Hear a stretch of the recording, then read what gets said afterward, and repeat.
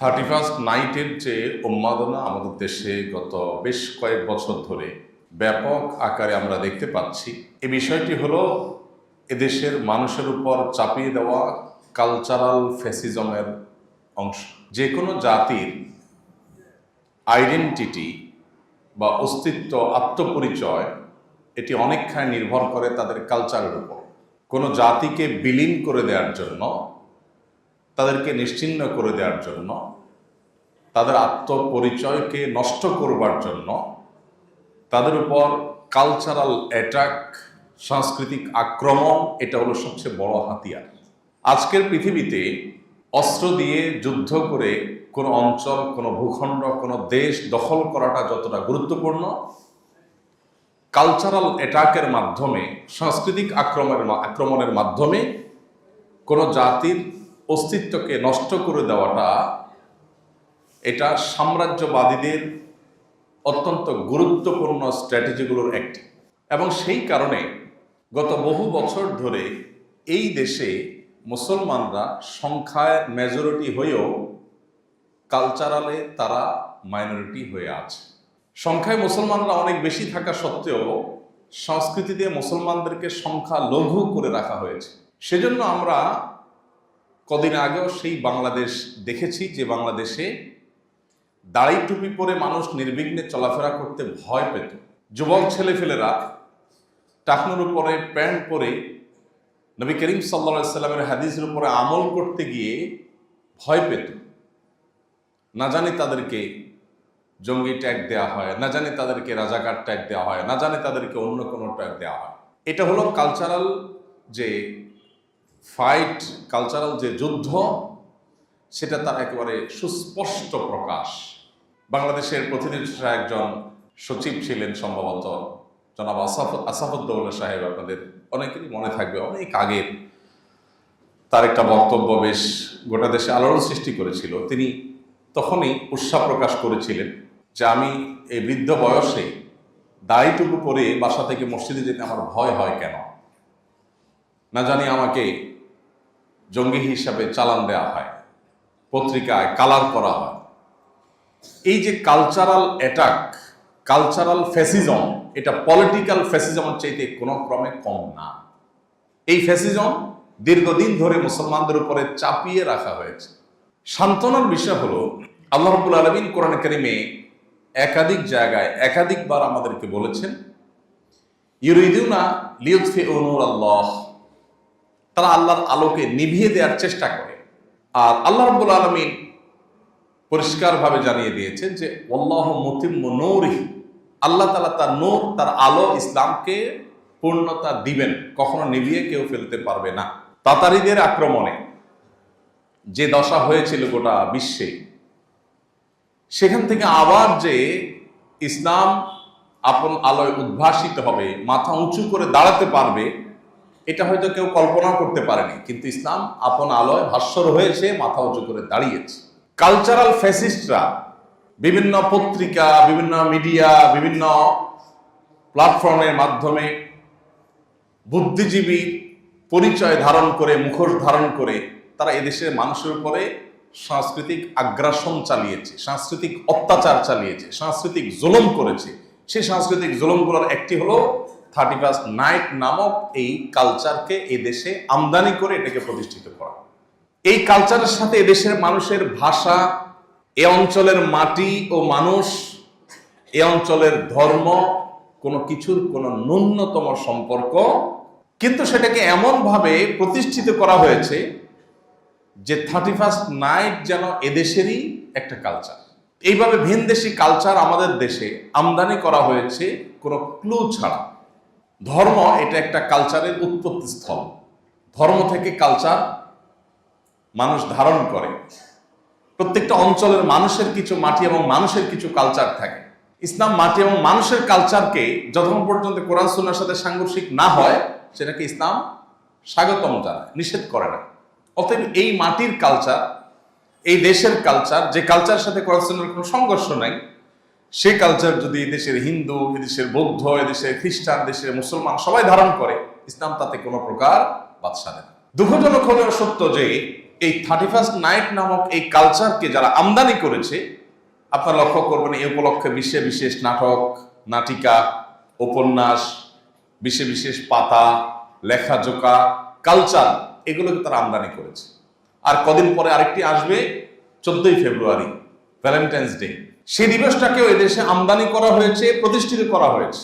বেশ কয়েকটা multinational company আছে, বেশ কয়েকটা পশ্চিমা পৃথিবীর ব্যবসা প্রতিষ্ঠান আছে, তারা দেখবেন এদেশে সে সমস্ত সংস্কৃতিগুলোকে আমদানি করবার জন্য তারা মিলিয়ন মিলিয়ন ডলার খরচ করে। এই 14ই ফেব্রুয়ারি উপলক্ষে দেখবেন পত্রপত্রিকা, টেলিভিশনগুলো যেইভাবে তাদের প্রচারণা চালায়। আমি শুধুমাত্র একটা এক্সাম্পল প্রায় দিয়ে থাকি, ওয়াজ মাহফিল। এটা এই মাটির কালচার, এই দেশের কালচার। এটা আরবে নাই, এটা অন্যান্য মুসলিম কান্ট্রিগুলোতেও নেই, এটা এই মাটির কালচার। এই ভারতবর্ষের, এই অঞ্চলের কালচার, বাংলাদেশ, ভারত, পাকিস্তান, এই অঞ্চলে মুসলমানদের কালচার হলো ওয়াজ মাহফিল। এই ওয়াজ মাহফিলের কালচারের বয়স কত? 2-10-20 বছর, শতাধিক বছর ধরে, শত শত বছর ধরে বরং এদেশে ওয়াজ মাহফিলের কালচারটা প্রতিষ্ঠিত আছে।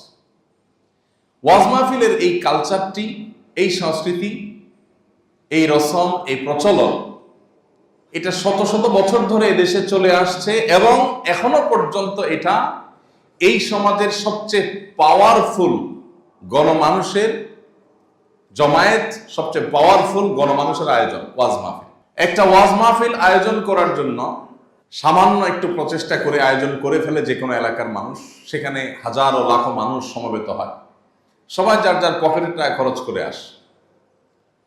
একটা ছোট্ট মেলা সামলাতে গিয়ে থানা, পুলিশ হিমশিম খেয়ে যায়। লাখো মানুষের ওয়াজ মাহফিল সামলাতে গিয়ে কোনো পুলিশের প্রয়োজন হয় না। এটা হলো ওয়াজ মাহফিলের সংস্কৃতি, কালচারের সৌন্দর্য।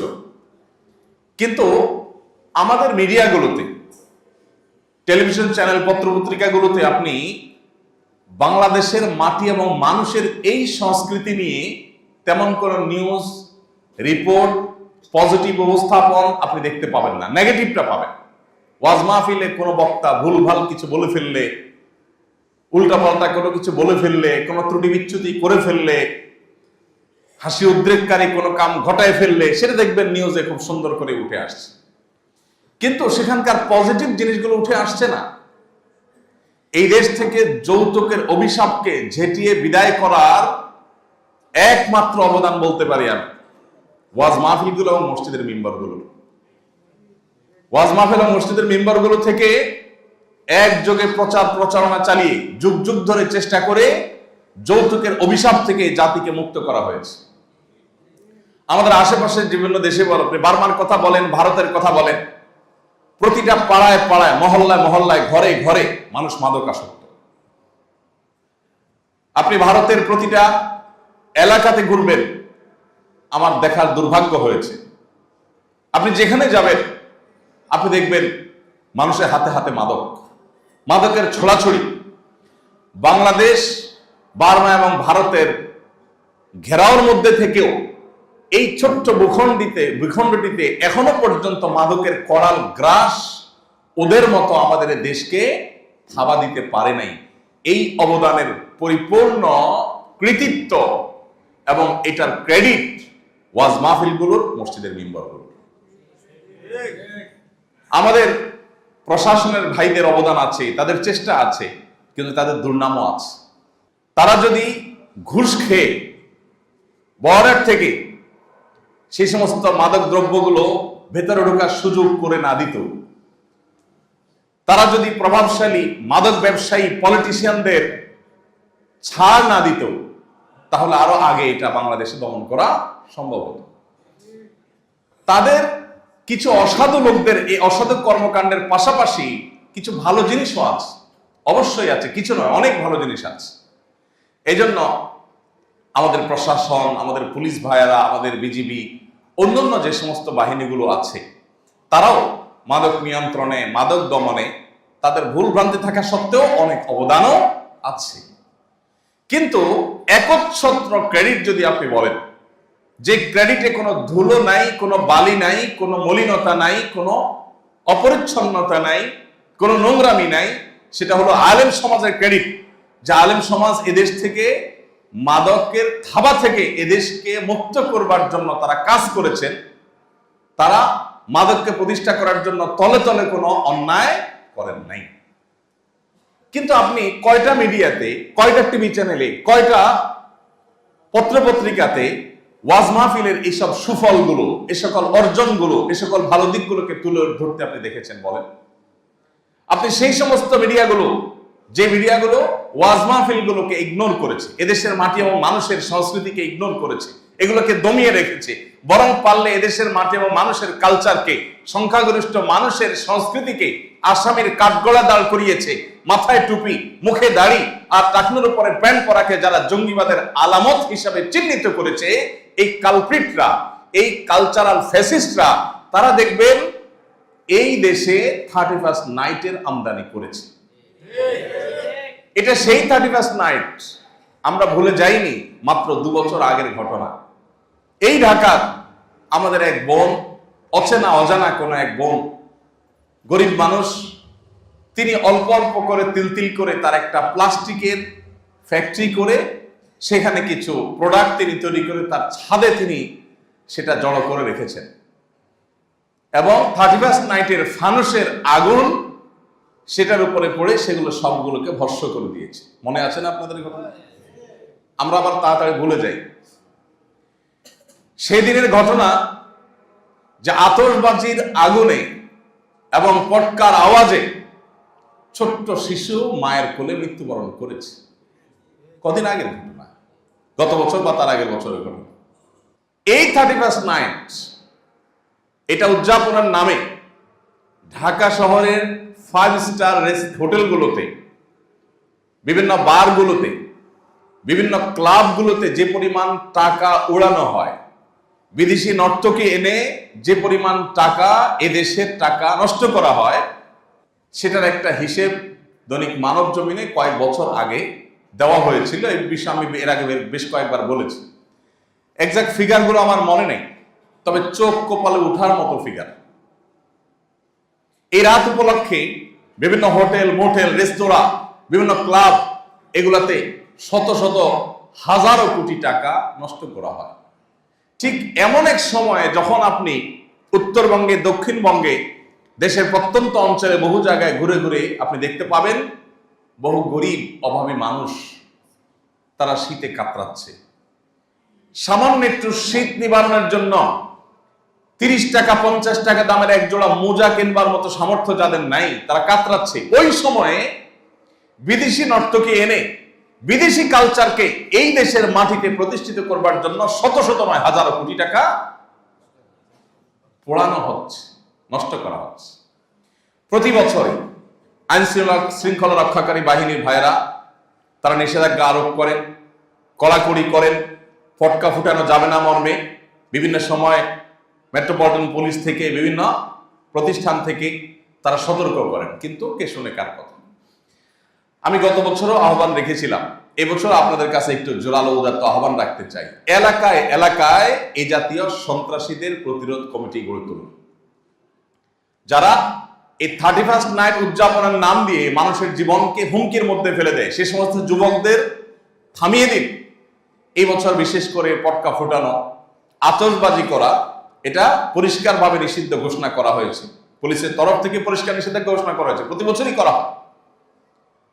আমরা প্রতি বছরই আপনাদেরকে আহ্বান করি যে প্রত্যেকে যার যার দায়িত্বে, এলাকায় তরুণ যে উচ্ছৃঙ্খল লোকজন আছে, ছেলে ফেলে আছে, তাদের হাত ধরুন, তাদেরকে বোঝান, তাদেরকে কাউন্সিলিং করেন যে তোমার আনন্দ কিভাবে আরেকজনের বেদনার কারণ হতে পারে।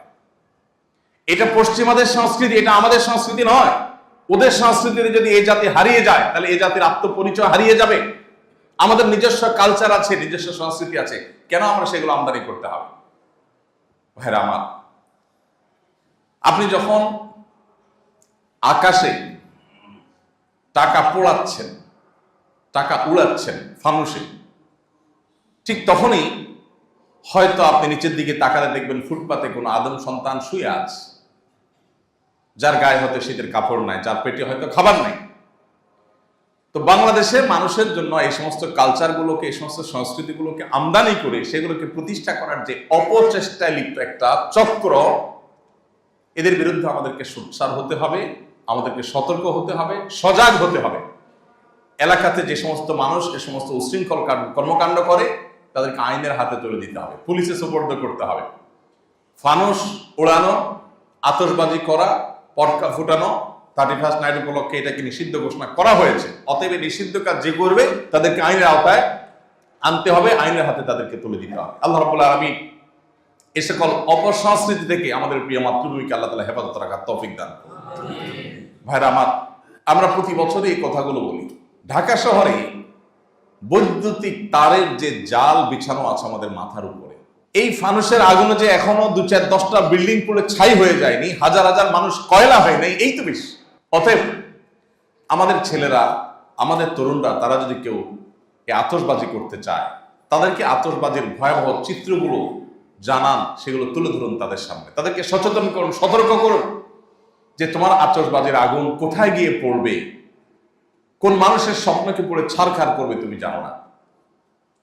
শব্দ সন্ত্রাস, শব্দ দূষণ, এটা আমাদের সমাজে যে হারে বাড়ছে আমরা সবসময় বলার চেষ্টা করি। প্রতি বছর ওয়াজ মাহফিলের মৌসুম আসলে আমি বলার চেষ্টা করি, ওয়াজ মাহফিলের আওয়াজ এটাও যেন কোনো মানুষের কষ্টের কারণ না হয়, তাহলে এটা ইসলাম প্রচার হবে না, এটা ইসলাম থেকে মানুষকে আরো দূরে সরানো হবে। বারবার করে আমরা এই কথাগুলো বলতে থাকি। আমি সেই ওয়াজ মাহফিল অ্যাভয়েড করি যে ওয়াজ মাহফিলের মাইক দূর দূরান্ত পর্যন্ত লাগিয়ে মানুষকে অতিষ্ঠ করা হয়, শহরের জীবনে মানুষকে কষ্ট দেওয়া হয়, সেরকম মাহফিলে আমি দাওয়াত নিলেও সে দাওয়াত আমি ক্যান্সেল করি। কারণ শব্দ সন্ত্রাস করে মানুষকে কষ্ট দেওয়া এটা ইসলামের সভ্যতা হতে পারে, ইসলামের শিক্ষা হতে পারে। আপনি দেখবেন আমাদের দেশে প্রায় গান বাজনার বিকট আওয়াজে হার্টের রোগী তারা ছটফট করতে থাকেন বিছানায়। অনেক বৃদ্ধ মানুষ, অনেক ছোট শিশু যাদের হার্ট দুর্বল, তারা ছটফট করতে থাকে, কিছু বলতে পারে না, ভয়ে আতঙ্কে।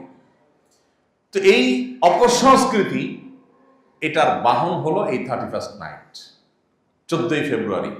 এগুলাতে বহন করে এই অপসংস্কৃতির সয়লাভ আমাদের এই দেশকে, আমাদের মাটিকে গ্রাস করে ফেলছে। এই কালচারাল যে ফ্যাসিজম দীর্ঘদিন পর্যন্ত আমাদের দেশে চলমান আছে, এটার বিরুদ্ধে আমাদের একটু রুখে দাঁড়াতে হবে, শক্ত হাতে এটাকে দমন করতে হবে। যেহেতু পুলিশ থেকে রীতিমতো আতশবাজি, ফানুস উড়ানো, পটকা ফুটানো 31 ডিসেম্বর নাইট তথা 31 নাইট উপলক্ষে নিষেধ করা হয়েছে, অতএব এই নিষেধাজ্ঞা বাস্তবায়ন করা এটা পুলিশের পক্ষে একা সম্ভব না, এটার জন্য জনগণের সহযোগিতা প্রয়োজন। আমরা যদি সবাই সহযোগিতা করি, সবাই যদি সতর্ক থাকি, পুরো এলাকার প্রত্যেকটা মানুষ যদি পাড়ায় পাড়ায় যদি আমরা দায়িত্বশীল হই যে কোনো এলাকাতে কোনো যুবককে উচ্ছৃঙ্খল কোনো কাজ করতে দেওয়া যাবে না, তাহলে দেখবেন এই অপসংস্কৃতিকে ঝেঁটিয়ে বিদায় করা গেছে ইনশাআল্লাহ। আমাদের তরুণদের তাদের নীতিনৈতিক যে শিক্ষা দীক্ষা, মোরাল যে দিকগুলো তাদের মধ্যে এস্টাবলিশ করার কথা, প্রতিষ্ঠিত করার কথা, গেঁথে দেওয়ার কথা, পারিবারিকভাবে সেটা না হওয়ার কারণে আজ আমাদের সন্তানরা বিপদগামী হচ্ছে, তারা ভুল পথে চলে যাচ্ছে। বিধায় সন্তানদেরকে দ্বীনি শিক্ষা দেওয়া, তাদেরকে কোরআন হাদিসের আলোয় আলোকিত করা, তাদেরকে আল্লাহ এবং তার রাসূল সাল্লাল্লাহু আলাইহি ওয়াসাল্লামের পথে গাইড করা, এটার কোনো বিকল্প পথ আমাদের সামনে খোলা নাই। যদি আমরা বাঁচতে চাই, যদি আমরা আত্মমর্যাদা সম্পন্ন জাতি হিসাবে মাথা উঁচু করে দাঁড়াতে চাই, যদি আমাদের আত্মপরিচয়কে টিকিয়ে রাখতে চাই, তাহলে আমাদের সন্তানদেরকে দ্বীনি শিক্ষা দেওয়ার কোনো বিকল্প পথ খোলা নেই।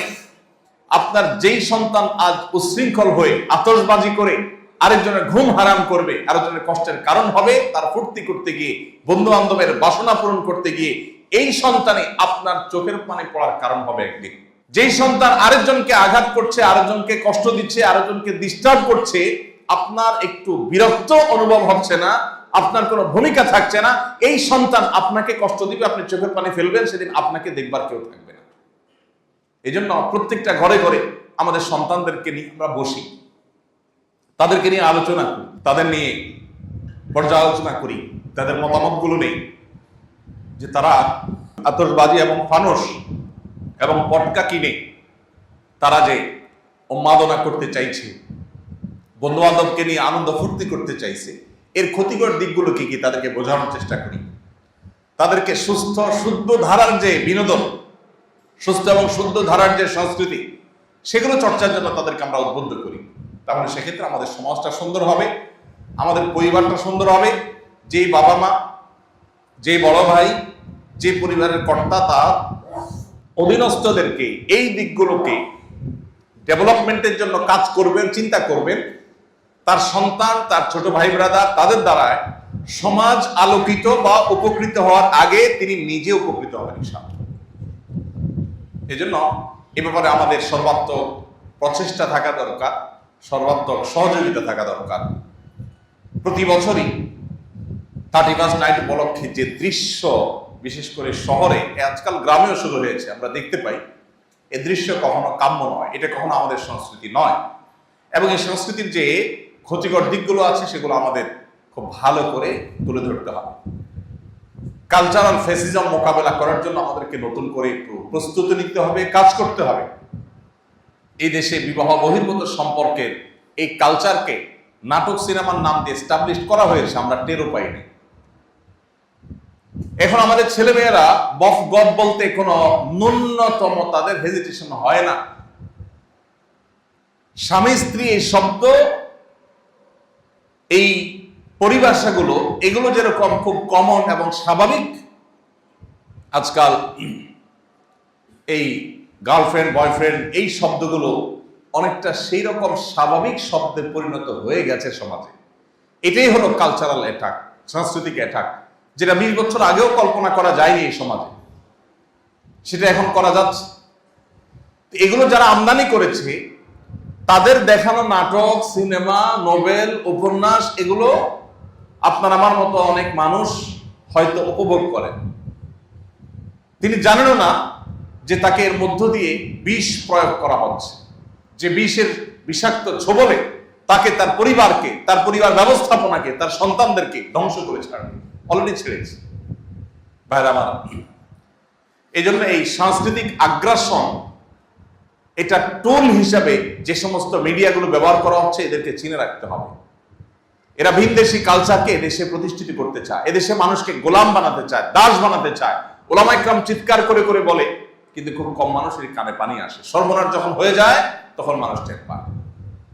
আল্লাহ রাব্বুল আলামিন আমাদের প্রিয় স্বদেশকে সকল প্রকার আগ্রাসন থেকে, রাজনৈতিক আগ্রাসন, সাংস্কৃতিক আগ্রাসন, অর্থনৈতিক আগ্রাসন, সকল প্রকার আগ্রাসন থেকে আল্লাহ তাআলা হেফাজতে রেখে আমাদের প্রিয় স্বদেশকে আপন আলোয় নিজস্ব স্বকীয়তা নিয়ে মাথা উঁচু করে দাঁড়াবার তৌফিক দান করুন।